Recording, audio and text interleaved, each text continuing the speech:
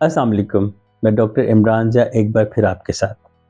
बहुत से लोग हमसे पूछते हैं कि डॉक्टर साहब कोई ऐसी दवाई है या मेडिसिन है जिससे कैविटी बन जाए तो बगैर फिलिंग के उसको खुद ब खुद हील हो जाए और हमें डेंटिस्ट के पास ना आना पड़े? ऐसा कतई नहीं है। इसकी डिटेल में जाने से पहले रिक्वेस्ट है कि आप मेरे चैनल पे जाके तमाम वीडियोज़ को पूरा देखें, कमेंट करें, लाइक करें, सब्सक्राइब कीजिए। इंशाल्लाह आपको फ़ायदा होगा। बेल आइकन को दबाएँ ताकि मेरी वीडियोज़ बर वक़्त आप तक पहुँच सकें।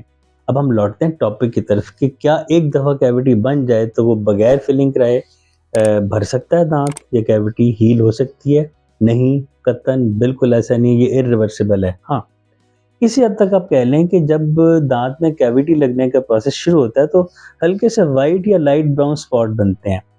वहाँ की हद तक ठीक है कि फ्लोराइड टूथपेस्ट करके हर वो खाने के बाद दाँत साफ़ करके, माउथ वॉश करके आप इसको रीमिनरलाइज़ कर सकते हैं, जब दाँत डीमिनरलाइज़ेशन पे पहुँच जाए। लेकिन एक बहुत इब्तदाई अमल है जो कि आमतौर पे नोटिस होता ही नहीं है और नोटिस तब होता है जब ये दाँत गलने का जो अमल है बढ़ जाता है।